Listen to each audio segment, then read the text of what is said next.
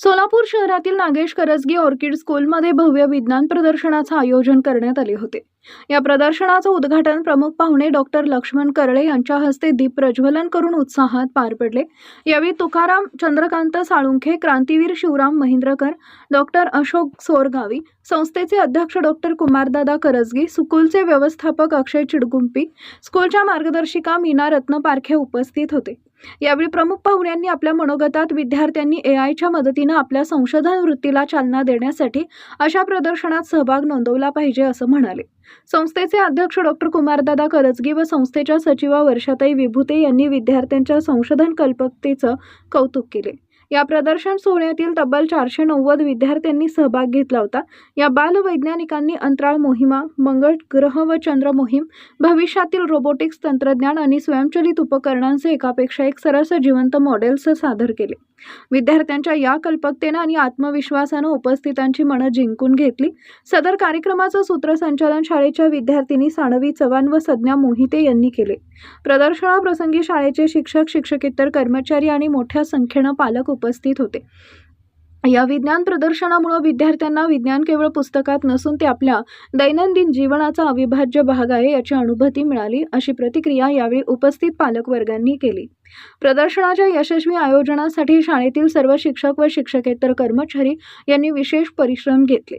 विद्यार्थ्यांनी तंत्रज्ञानाचा वापर करून बनवलेल्या रोबोटच्या सादरीकरणाने या प्रदर्शनाची सांगता झाली।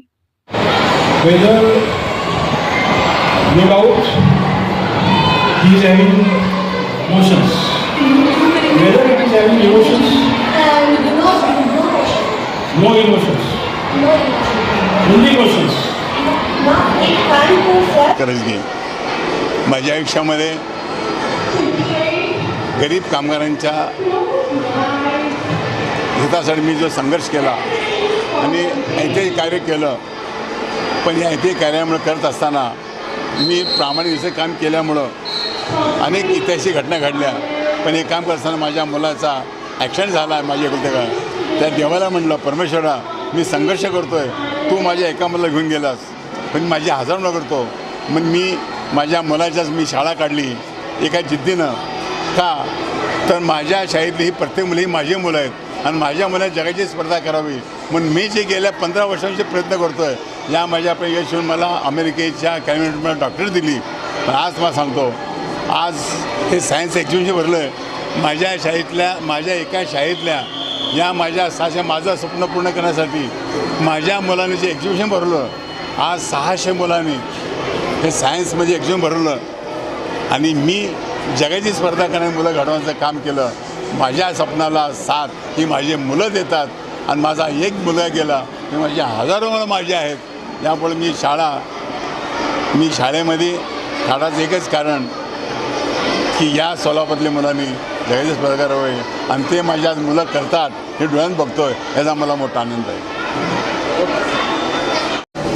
600 विद्यार्थ्यांचे षड्रस कळाले, नंबर 1, आणि हे सर्व विज्ञानाच्या आधारावर तयार केलेले प्रोजेक्ट कळाले।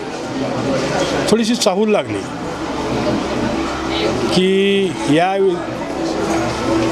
विद्यार्थ्यांची म्हणण्यापेक्षा मी पण त्याच्यापैकी एक विद्यार्थीच आहे, तर यांची चालना दिल्यानंतर यांच्यामधून AI आणि AI2 मधून निर्माण होणारे सर्व प्रोजेक्ट्स यशस्वी होतील असं मला वाटायला लागलं। त्याची 1-2 उदाहरणं आहेत, म्हणजे प्रामुख्याने सांगणारे भरपूर आहेत। Number 1, reaction to nuclear power, अतिशय महत्त्वाचा प्रोजेक्ट जो आज साऱ्या जगाला त्याची गरज आहे। Number 2, environmental pollution prevention, very important. Number 3, go with naturopathy, herbal प्रॉडक्टच्या हातात हात घालून पुढे चाला तर तुमची प्रकृती चांगली राहील। नंबर 4, तुमची मनस्थिती स्थिर आणि शांत राहण्यासाठी ह्या साऱ्या भौतिक शक्तींची गरज आहे। आपली प्रकृती मनस्थिती चांगली राहण्यासाठी आपली मनस्थितीची गरज आहे। त्याचं पण नॉलेज या विद्यार्थ्यांमध्ये त्याची चाहूल लागलेली आहे। ते कसं सांगतो की everybody wants to answer, but we are unfortunate that we can't listen for more time. म्हणून यांच्या मागे ज्या बऱ्याचशा सरस्वती पण उभारलेल्या आहेत आणि बरेचसे सर पण आहेत, त्या प्रेरणेचं प्रतीक मला आज जाणवलं. आणि सोलापूरसारख्या, आता मला अविकसित बनायचं नाही कारण मी राजकीय क्षेत्रामध्ये काम करत नाही, तर सोलापूरसारख्या शहरामध्ये पुन्हा याच्यापेक्षा पुढं गेलं. आणखी इन्फोसिसची सुरुवात झालं त्यावेळेस APJ अब्दुल कलाम साहेबाबरोबर मी होतो त्यांचा फूड ऑफिसर म्हणून. एवढं पुन्हा पुढं गेलं. पुणे तेथे काय उणे झाले, पण सोलापूरमध्ये काय उणे आहे आणि आमची ही तरुण पिढी नक्की भरून काढील याचा आत्मविश्वास मला वाटतो. नंबर 1.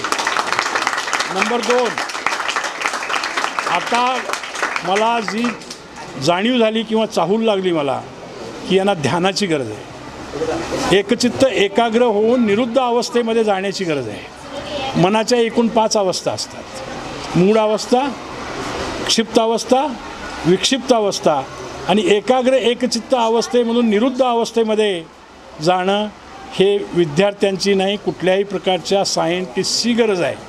मी जे तयार करणार आहे ते जगाच्या कल्याणासाठी उपयोगाला येणार आहे ही त्यांची धारणा झाली पाहिजे.